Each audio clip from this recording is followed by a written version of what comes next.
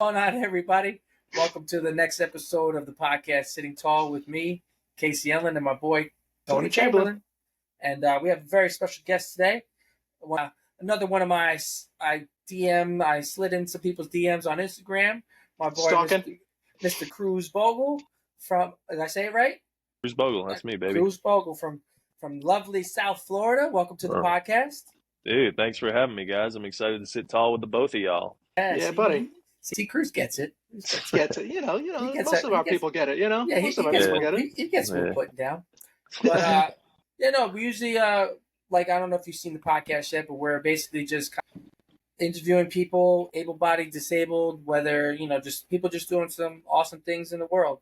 And we've been following each other, Instagram buds for a little bit, and we kind of bonded a little bit over the painting thing a while back, and I thought it was awesome, and I wanted Tony to meet you, and I wanted to give you a little shine if we can out here. Hell yeah, man. I appreciate it. And dude, I love what you're doing with the podcast. I've seen a couple of the clips you guys have been posting and stuff, and it's dope just to be able to connect with other people, whether you're like-minded or not. If you can open somebody's eyes to a new perspective or see how somebody else lives and gets by in their day-to-day, it's a beautiful thing. So I'm happy to be here. Love it. People helping people. Exactly. That's what it's all about, man. And that's community. Stuff. I say it all the time. It's about community, baby. It's keeping in touch and showing people cool things that they can do with their new lifestyle. Yeah. So Cruz, we're gonna start it out. We'll get a little background. Give us a little intro to Cruise Bogle. How life pre-accident, and then we'll go into all the nitty gritty. So the first thing I always start with is how I got the name Cruise. My parents were on a 2-year sailing trip on their 36-foot sailboat with my 2 older sisters, who were 2 and 9 at the time. They left Maine, sailed all the way down to Venezuela. I was conceived on the trip, and then I was born on the island of Bonaire, which is right off the coast of Venezuela. And everybody would see my mom's pregnant belly and be like, "Oh, how's the little cruiser doing?" And that's how the name Cruise was born. So my early years, as well as up into early teens, I spent a lot of time on the water. My dad is kind of like a pirate. He's had sailboats all his life, and we've sailed the Bahamas, the Caribbean, and all the way up to Maine. So just spent a lot of time on the water, and the Bahamas, and the colorful, bright nautical lifestyle is just kind of my vibe. You called me Cali Cruz. That's probably why, So yeah, a lot of time on the water. Then we moved down to Florida when I was 10 from Maine. Started spending, more time at the beach and whatnot, because there's not, great beaches up in Maine. The water's cold. So I got into surfing, skimboarding, all that, keeping up with that nautical lifestyle. Played soccer in high school and competitive soccer up until high school. And yeah, I had the spinal cord injury at 19. I had just turned 19 and at the end of 2008. And was actually skimboarding at the beach, went down for a wave, fell off the board, hit my head on the sand, shattered my C4 vertebrae, immediately paralyzed from the neck down. And man, that started this journey that I'm on, and you guys are on a similar journey as well. So that's brought me to here. That's kind of pre-injury me in a nutshell. Yeah. I don't know if you want me to dive right in, or you want to ask some more questions, or no, that's a nice little. I like the little intro. That's actually, I do still do some sailing. Let's get that out of the way while you're before we get going here. No, I do not. I got on, my sister had a sailboat for a while after my injury, so I did go on her sailboat, and I've been on center console boats, little fishing boats and stuff, but not sailing boats. It's they aren't really set up, ideally for wheelchairs. So especially power chairs, probably not the best. Nah, for sure. I would love to. My dad always jokes when he hits the lottery, he's gonna build or buy a wheelchair accessible sailboat that has a elevator, the whole shebang. So well, you better come pick me up when you do, man. That's all I gotta say. Yeah, it's on the way up to Maine. I mean, right? Yeah, we can pick us both up. We can roll out. It's all good. Sail out. all on the coast, baby. Yeah, man. That's the least I can do for having me on the pod, Yeah, okay. You just stop it. So are you a complete, incomplete? Yeah, so I was told I was complete. Initially I literally couldn't move anything below the neck. Now I have shoulder, I have a little bit of core, I can wiggle around. My right arm, I can like flop it out of my armrest, back up into my armrest, into my lap, and kind of like use my thumb to like scroll through my phone a little bit, but that's kind of the extent of the. So yeah, I don't know. I don't know if I'm fucking complete or incomplete. You know, who knows? Yeah, I feel like it's just a guess at the time. Right. Can you feel your butt? Okay, incomplete. Yeah, there you go. Okay, cool. Thank you, Doc. Check that box. With your you said you got hurt when you were 19. How old are you now? 33. Okay. A young strapping 33, man. Looking, man, I would have guessed good, early. Man. Looking good. I would have said mid-20s. That's all. That's what I would have guessed. My dog. That's so you've been, what's that, like 14 years now? Yeah, in December it'll be 15 years. Yeah. Yeah, because I just passed the 10. Tony just passed his 5. So we're all like 5, 10, 15. Look at that. Yeah, Oh, 5, 10, 15. I like it. Yeah, that's quite interesting. That's actually kind of funny how that kind of works. Yeah. So much. It's funny that we have in common with a lot of our guests, like something that's very similar. Like we just had a guest that was 10 year, just like Case, and that's your 15. So we have like our little stepping stone. So it's kind of like our podcast because we're stepping up to newer people, like trying to view better, not better people, but like better atmosphere and like, have some good times. So I'm not saying you're a bad guest or anything like that. We're gonna cut. We are not going to cut that out because we like to go nice and raw. Tony's canceled. No, Tony's canceled. Damn it, guys. What the hell? You know what I'm saying. I like to trip over my own words sometimes, but it's because I get excited about talking about stuff like this. You know what I mean? For sure, man. Yeah. Listen, though, Tony, you're 100% correct, man. This is what it's all about. Like, and we got to get a little different perspective from our boy here, and because we all have had different experiences, and we all live our life differently, and we just, it's good to show. That's what I love about your page, because you don't let the injury define or stop anything that you're doing. You know what I mean? Like, you're going to get into it a little bit. I can't wait to hear about your painting stuff, how that started, because I can move my arms a little bit. I'm a C4, 5, 6, and I could I put the paintbrush right in my brace here, and that's how I kind of do my painting. So like to see you able to I can't wait to put some of your painting with this podcast so people could see just how detailed and how it's just literally. I thought my painting, I was like, all right, man, Casey, look all right. And then I see this, I'm like, holy shit! I'm like, Tony, have you checked out it? Check out his you look like preschool, bro. Check out his pineapple painting. Oh no, I was looking at a bunch of his stuff and it looks amazing. Fucking pineapple, that fucking stupid giraffe made my giraffe look like he was like some homeless guy did it. Preschool, bro. Preschool. Yeah. Dude, that's funny you say that, because whenever I see other people's paintings like that are sick painters, whether they have a disability or not, I look at myself in the mirror. I go, "You're so trash at painting, bro." Like, what? Are you kidding me? But then I try to. One of my favorite sayings these days for the past year or two has been, "Comparison is the thief of joy." Everything is so relative to your circumstances and everything that almost you try to compare, whether it's your relationship or your skill or your spinal cord injury or your paintings, whatever, it's just diminishing yourself and your own mind, if you do that comparison. So I try to always fall back on that. It doesn't always work, but yeah, it's very easy to see somebody else and be like, oh, they're so much better than me, Yeah. Dude, that's totally going on a t-shirt. I'm making that a t-shirt because that's awesome. You said comparison is the thief of joy, yeah. Dude, that's something that I can see people wearing. You know what I mean? Bro. Yeah, that's a good saying. I like it. I mean, I didn't make it up, but I just love it. But listen, you live by it, and now I feel like I'm gonna start using that because it's hard, especially for us in our injuries. It's hard for us not to compare. When you see somebody what level? Oh, you're same level, but you could walk, or oh, you could do this, you could do that, and then we should be happy with what we can do still. You know what I mean? Because it could be a lot worse. I've seen, and I'm sure you have too, throughout your time. So I'm just glad I'm still myself.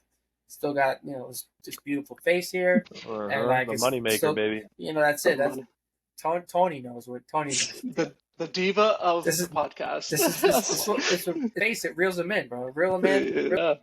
Okay. Oh, with that. So, were you always a painter, or did something? No, I mean, I would doodle when I was in high school. I would doodle when I should have been doing, quizzes and tests and stuff like that. But No, I didn't get into art and painting until I was at the Shepherd Center, actually. I was there 2.5 months. And where did either of you guys go to Shepherd?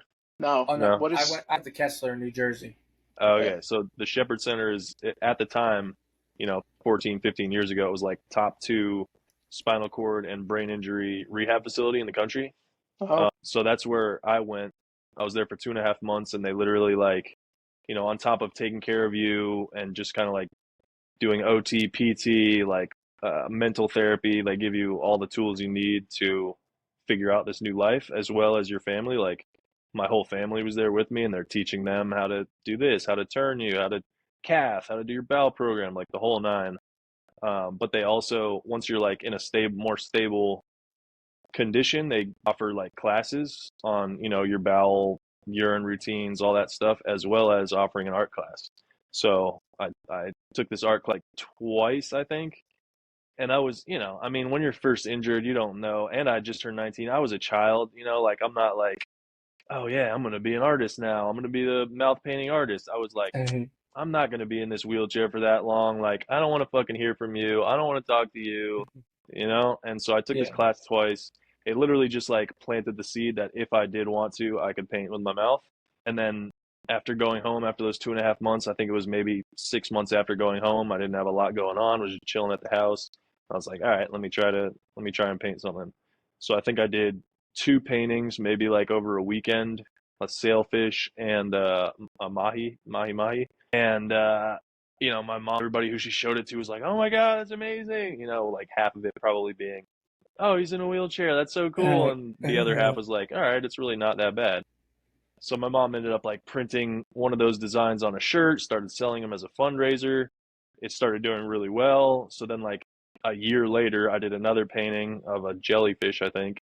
Same thing. My mom printed that on shirts, started selling that as a fundraiser, and it kind of went like that for probably like 6 years. I did like two paintings every 1 or 2 years. Like I didn't really like it. It wasn't my new thing. And then probably 6 years ago, 5 or 6 years ago, I just started taking it more seriously.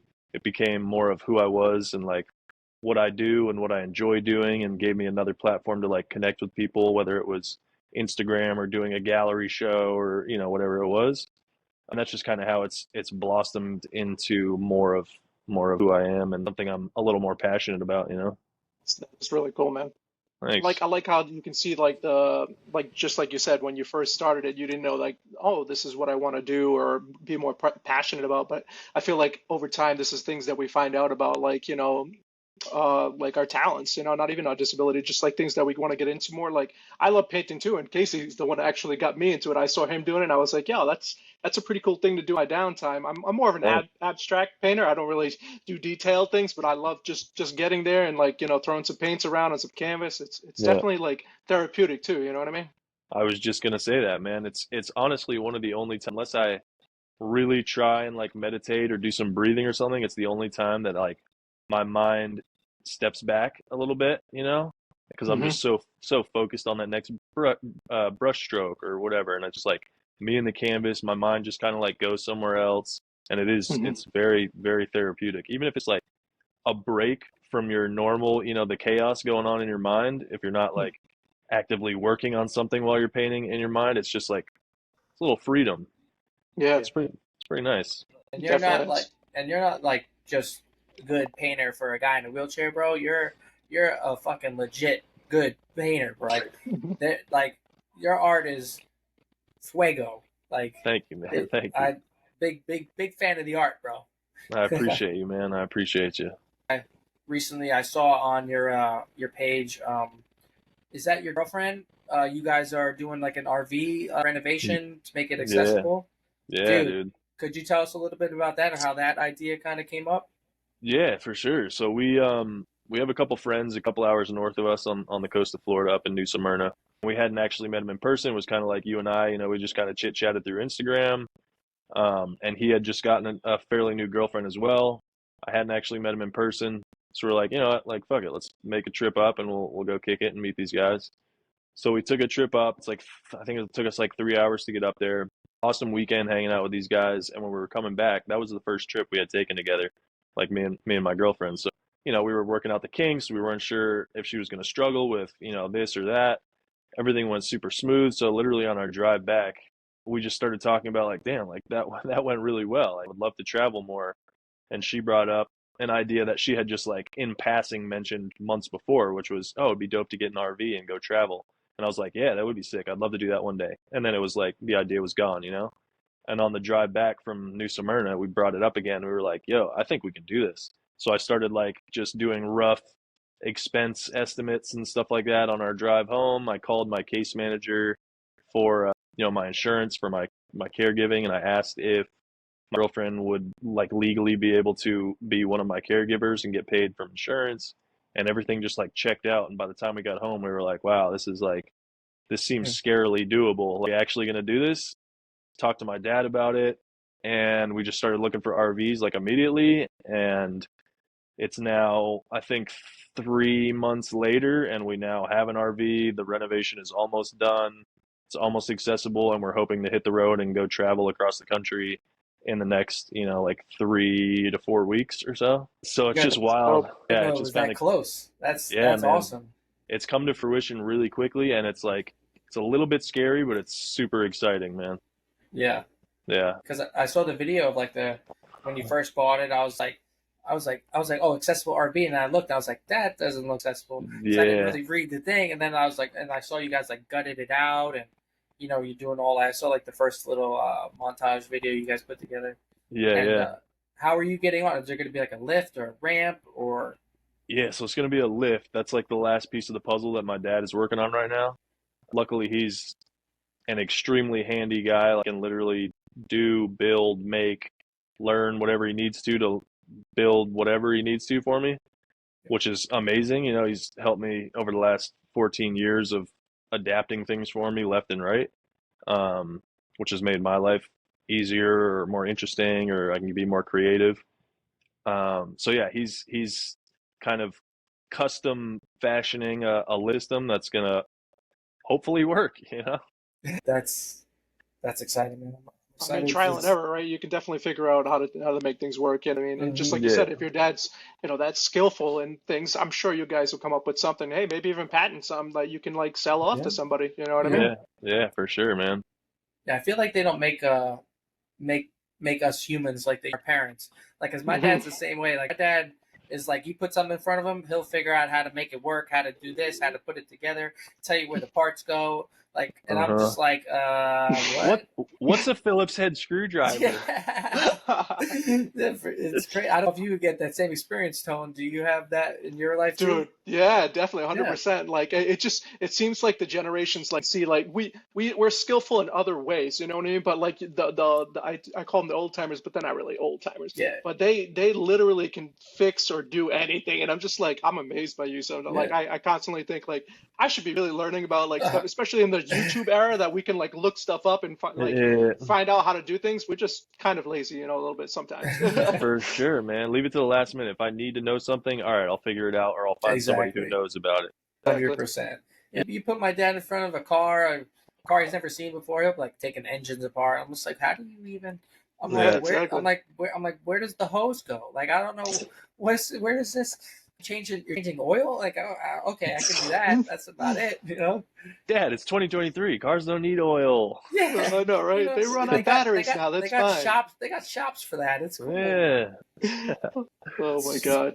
That is funny, man. That is too funny, and it's true, man. Like, it's about like, I don't know. They brought up in just a era, man. You know what I mean? Yeah. And like, I mean, we were also brought up in a different era where we like learn a lot more, like, I think, in depth with certain things, but we kind of like hone in on more like something that you're really motivated to do. Like, I think, but they kind of like did everything because like back in the day we didn't have technology and all this stuff, so they're like, listen, I need to learn everything as quick as possible so I can like survive pretty much. Yeah, exactly. It was literally like necessity breeds success, right? If you need it done, you got to figure it out. So yeah, exactly. Fucking figure it out.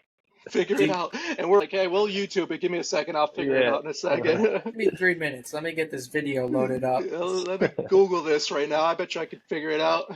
Have you I was just gonna say, just imagine like if like everything shut down, like there's no Google, there's no YouTube, like how would like life go on? Like people would be like so messed up with like, not knowing Oh, like maps, for instance, like GPS. Everybody would be so screwed. the Like they'd be like, world, how, the how world do would we be get over. there? Oh Over. my Yeah, God, it would be so weird, dude. it would, man. It's kind of scary to think about because give it another, 10, 20 years when like people do have cell phone chips in their hand or their neck or, whatever, and then like technology shuts down and then we're just like, oh, Yeah, exactly. No, think about it. When we were growing up, because we're all kind of around the same age. Like Yeah. I'm sure I memorized all my friends' phone numbers. I remember every single phone number. Now I'm lucky if I remember like 3 phone numbers. I'm just like I don't like. Hold on, let me get this contact list. yeah, right. I Like got it saved in my phone. I don't need to remember anymore. exactly, or like a 100%. direction to somebody's house. Like Tony, you were saying with the GPS. Like, my dad used to carry on in the car whenever Yeah. we go somewhere. Like reading maps. I'm like, how do you read a map? Read a map? Different It's age, crazy. man. I would love to. I think it would be every generation could kind of start the same. Start without all the technology, learn what it's like to like ride your bike to your buddy's house down the street and just know he was going to be there. Like, Hmm. don't have to call his cell phone. And then they like morph into the internet and like Hmm. social media, all that shit. But now it's just these kids are, on an iPad when they're 3 years old. So Yeah, it's crazy. a It's like little crazy. wild. They know We'll how be to back like in. call people and like look up stuff, and it's just like to me, I was like, dude, I was a kid. Like I wanted to just be outside and like play with rocks. Like, I was happy that Uh-huh. way. And these kids are over here like, let me look this up, and I'm like, how old are you? And they're like, oh, I can make this in like 2 seconds. I'm like, I hate you. You're only like 3 or 5 years old. You know what I mean? It's like, Yeah. how do you do this? Right. It's good. It'll mold them towards, a more technological career perhaps, but like the old school analog guys they're never gonna be there again. Yeah, exactly. Slowly dwindling away over here. You know what I mean? But Yeah, I hear you. Second here.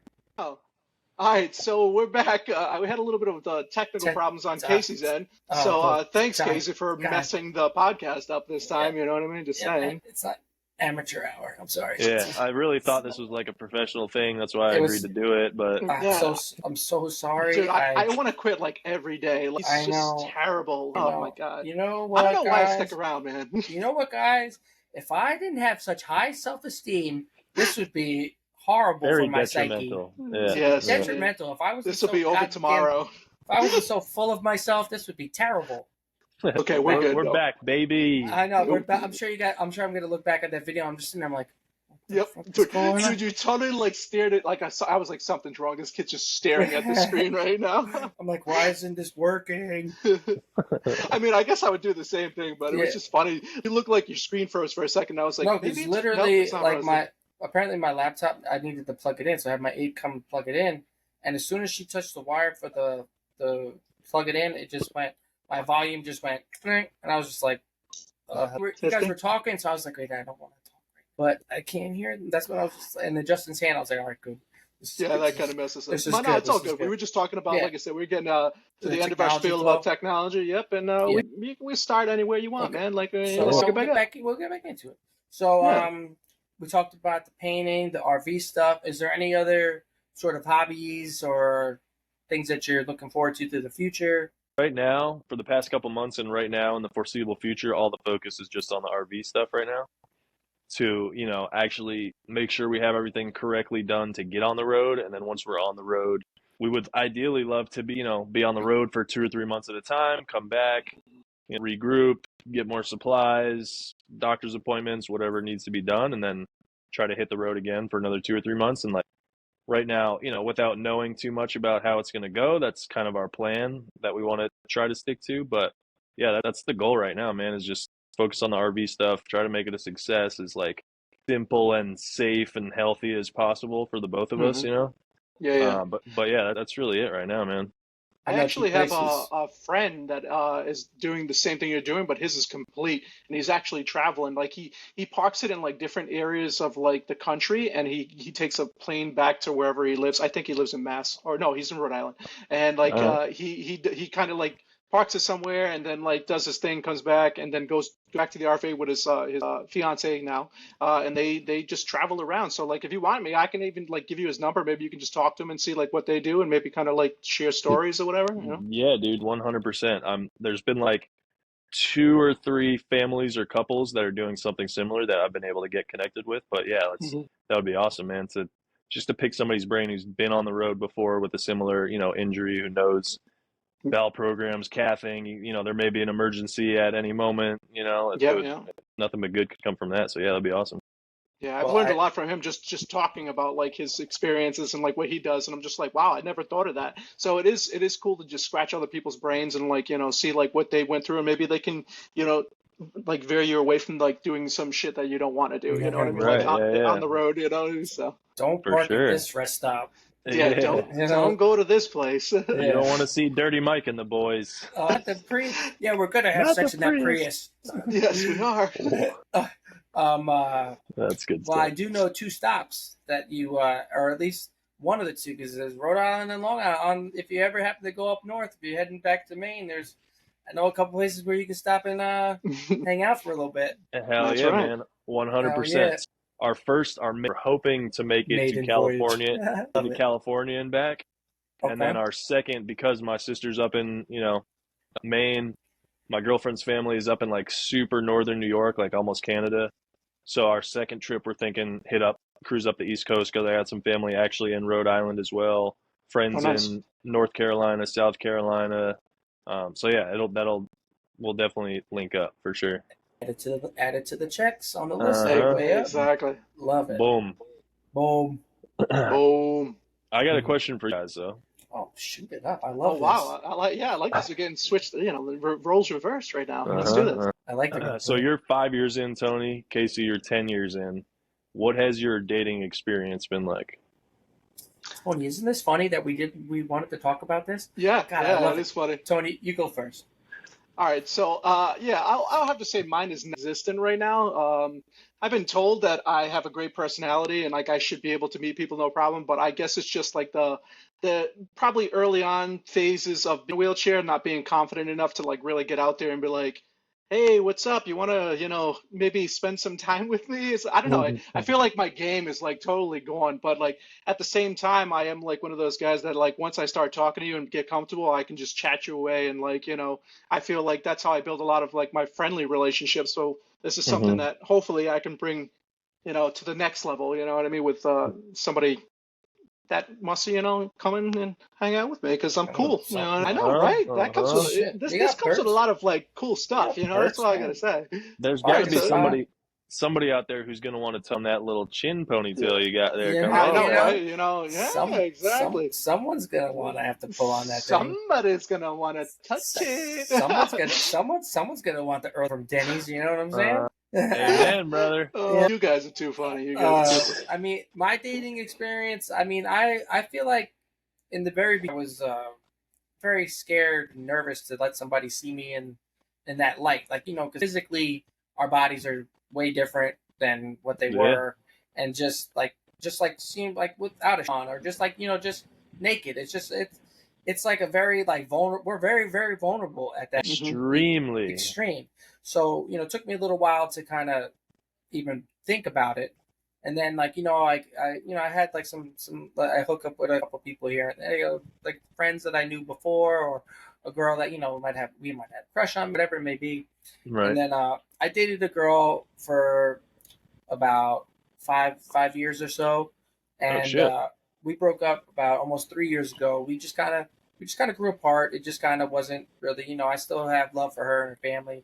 And, it wasn't really like a bad breakup, which was nice because I never those before. Usually kind of have a little resentment towards either one. But, now it's just like Tony said, it's still like, like I've been around, like I know I've been doing, it's just hard. Like, it's hard I think for me, like when I see like girls, like I understand why it's hard that they might not be able to look past the chair, like, or like not even want to give a guy like us a chance just because they see the wheelchair and they're like, oh crap, what it all entails. But like it's just we're people too, and it's just like we just do things a little different. And I'm sure there's like they always say there's always someone out there for everybody. I truly believe that. And like I'm 36 now. I almost forgot. Goddamn. Yeah, I know. Watch your mouth, Cruise. And I'm not even gonna say my age. Yeah, I'm just gonna walk away from that. Yeah. Tony's gonna gently roll out of Yep, frame. gently It's roll like, away. where did Tony's out of frame? Where did he go? But yeah, no, I mean, I'm always interested. Like, obviously, I would love to, be at that point, like married, make maybe potential kids, hopefully one day, and just it's like I'm sure you've had some certain interesting experiences, and I'm glad I see you got the new girl. I'm very happy about look, you guys look happy. And how'd you guys meet, if you don't mind me asking? Because that's these dating apps. It's hard. Yeah. It's hard in the wheelchair for dating apps, man. Because dating apps is usually like window shopping, and you window shop when it's like, oh, look at that guy, and then it's like, oh wait, wheelchair, swipe Yeah, right. no, Like, son of a I'm bitch. not dealing with that. Nope. I'm very open. I put the chair in, like I want them to see the chair right away because like I don't want no surprises later on. Yeah, for sure.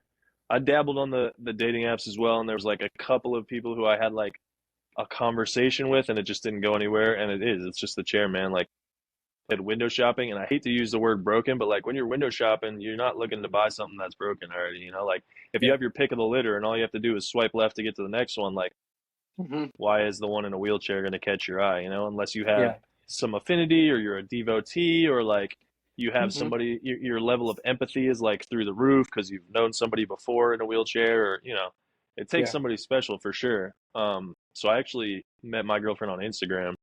She, a mutual friend of ours, shared a piece of my art on his story, and she saw it, started following me, and then we started DMing, small talk, and then we started texting, FaceTiming, and then we linked up, and the rest is history. We've been dating for almost 10 months now, and yeah, she's pretty special, man. It takes a special person to kind of combine what both of you guys were saying. I was extremely scared. A little side note, like I'm going on almost 50 years. It took me probably 11 years to like grow up. When COVID hit, I had a pressure sore through COVID. I was stuck in bed for like a month or two straight, I think. And on top, COVID, I wasn't seeing people because I was too afraid to get sick and all that shit. So I went into like, this was my rock bottom. Like I was laying in bed and I was like, I gotta fucking talk to somebody. And I started looking up therapists, linked up with a good therapist, luckily pretty quickly. And she just helped me like organize the maze of my mind and like think about and address and talk about things that I hadn't since my injury, for the last 10 years at this point. And it was like, she was stunned that like I hadn't talked to a therapist, before after having an injury like this. And so she helped me just kind of like grow up, honestly, and like address all these feelings that I had that I always thought, I call it toxic positivity. I always thought I was just this wake up with a smile every morning. I'm not going to let any problem get me down. Like I'm good. Don't worry about it. And then after getting this therapist and just having this bout of severe depression, I was like, that I was doing that for other people. That was not for me. Like I had made this promise in my head to these other people who were, whether they were coming to my donating money or like, commenting on my Instagram post saying, "Oh, you're doing great. You're such an inspiration. Like you motivate me, blah, blah, blah." And so I Inspiration word.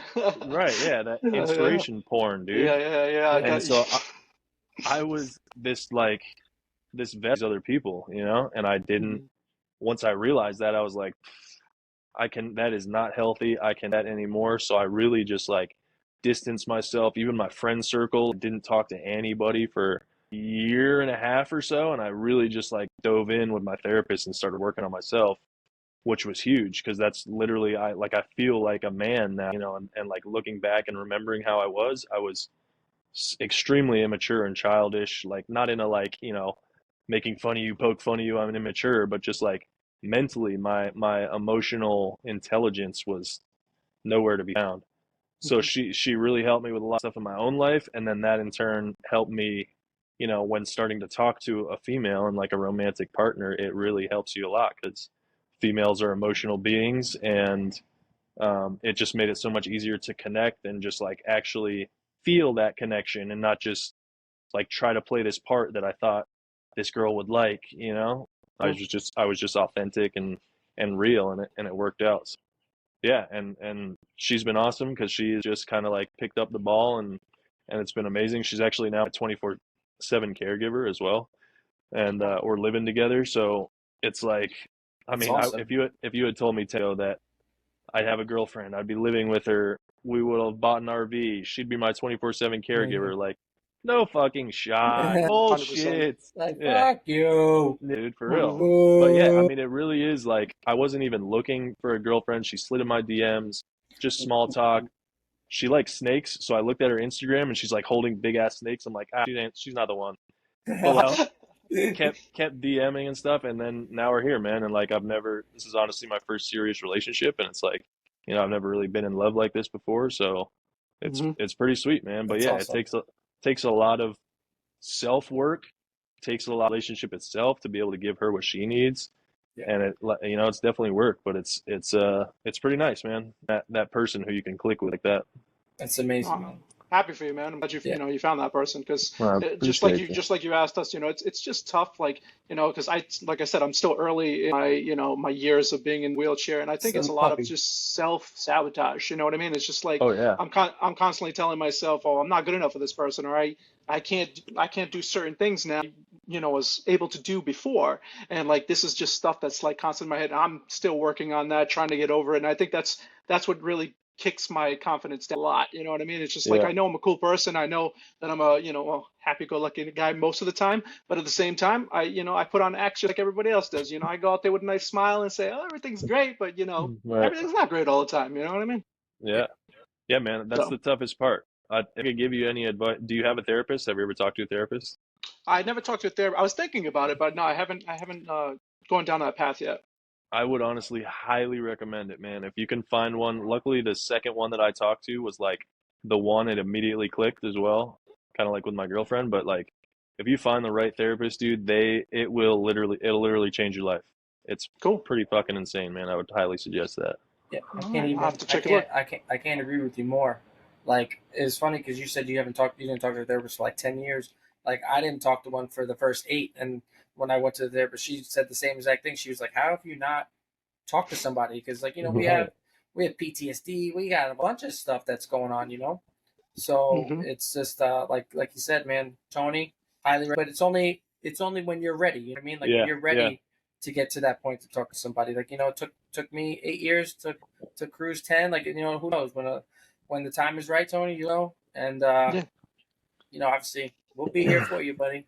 Yeah, it's not like hmm I'm out there like looking for anybody either. If it happens, it happens. That's kind of like where I'm going with it right now. Like, yeah, because just like we said, like we're not, we're on. It's like a game show where it's like you're putting your picture out there or whatever, and people looking at it like, nope, nope. Like back in the day, like it was totally different. Like I would meet people through either friends or actually going out and hanging out certain places, and that's how I'd get to know people. Now it's yeah, just like you trying to put your personality through an app. It's not going to be shown at all the way like people should see you. You know what I mean? Yeah, So yeah. I'm You just way need more. to you need to go Go ahead. post up outside of a supermarket, a fucking yoga and spin classes. You know what I'm yeah, saying? right. Yeah, that's a good idea actually. Just hold like a sign that says "Lost Puppy, please Yeah, help." or You I have know, a great personality. I have a great person. No, really, I do. Yeah, the no, these carpet the guys. Swear, carpet matches the drapes. I this mean, isn't wrong my side. only Wrong. this isn't my only ponytail. That's too funny. Well, That's I feel like that. I feel like Don't that's get a me perfect. started. I might have to. I I feel might like have to that. make that happen. I don't make that happen. Don't make. That Yeah. that was a very bad idea. You guys are too funny, bro. That would probably backfire. But Well, Tone, do you have any more questions for our boy? yeah, of course, man. Like so. Yeah, I see that you do a lot of painting, like you said, with your mouth and everything like that. How did that like start off? Like, is it frustrating at first, like trying to figure out how to do it that way, or like No, give me a little no, spiel on it? No? not really, man. I mean, it's hard to remember because it was a long time ago, but I don't remember it being frustrating. I really just like I pulled up a sample image, a reference image, and I would just look at it and I just like go for it. Because in the beginning, I wasn't expecting to be great. I was just bored. I didn't have anything else to do, so I Mm-hmm. just went for it, and it came out kind of cool. And I was like, all right, I guess I can paint a little bit. And like the setup is pretty simple. It's just a mouth stick, like almost like a little mouth guard that's attached to a brush. So you Mm-hmm. just hold it in your teeth and like put the paint within your reach so you can get to it. A little cup of water. So for the most part, pretty independent with the painting. And yeah, it wasn't really ever frustrating. I wouldn't, and still, I don't say, okay, I'll paint a pelican and I start and I fuck up. No, give me another canvas. I got to start over. Like, I Mm-hmm. don't. I don't do that. I just pour it, I make it work. If I do a wrong stroke, I try to cover it with another color or, whatever it is. But I try to just go with the flow, just let it be kind of my happy place, like we said, a little bit therapeutic, and just enjoy the process and not like have these wicked expectations where I'm gonna want to throw it out at the end or like get pissed if it doesn't come out how I want it or anything. Just Mhm. let's just paint, Yeah, Paint, yeah. man. Just Get paint, lost, baby. just get lost in the colors, man. Yeah, man. That's Lots of why. That's styles. why. That's why I think I like paint because like I feel like there's no wrong. Like when you're just doing stuff, it's just like you're just looking at the different color patterns and like what you actually enjoy to see. So, like that's just like this is kind of like your and plus you're working the other side of your brain, which like we don't use very much, which is Yeah. awesome because you need to do that sometimes or else you're slacking there because the brain is amazing. Like it can do so many things if you like learn to unlock it a little bit, and I think that definitely helps with that. Yeah, I should probably start using either side of my brain, honestly. Man, Hopefully help. Maybe, yeah, turn it back on once in a while. Yeah. just a little bit, Just a little tad dab. bit. I mean, It until they takes. can put the chips in, where the chips Right. do everything for you. Yeah, You know what I mean? yeah. We're all going to be robots in 10 years. Put Yeah, that can't exactly. wait. chips in our brain. Yeah, can't wait. It's going to be great. Should be fun, right? It's going to Yeah. be beautiful. It's going to be beautiful. I mean, at least it'll be connecting to my legs where I can actually step and do stuff, and like maybe that might work. Just give me Right. just give me some fingers. I'll be fine. Yeah, Right, it's if I like, could like just- the little things. Just give me a little. Dude, Tony, what level are you? So, T11. T11. Dude, if I could use my arms, I'd be golden. Yeah. I hear that a lot from my fellow Right. quads. All Yeah. quads want hands and fingers. All paras want their legs. Like, Yeah. I mean, it's funny how it's that just- works. It's so true, though. I mean, it's like I feel like that Selfish, relates you just selfish bastard. son yeah, of a Tony, bitch. you and your goddamn fingers. But no, I feel like that's like anybody though. It's like here we go. Okay. So Now he's showing off. I was showing you my new sign language that I found out the other day. Yeah, you know what I mean? yeah. I mean, hey, you still got that? I like that. That was pretty good. I mean, I think that whole equates to like everybody wants what they don't have or can't have. So this is just our version of it now, and Yeah. it just happens to be a bit more like necessary for life. Mm-hmm. Yeah, for sure. Yeah, it kind But, of circles back to the comparisons of the Thief of Joy again. Like, we can't Yep. compare ourselves to Tony. Yep. Yeah, no, exactly. definitely not.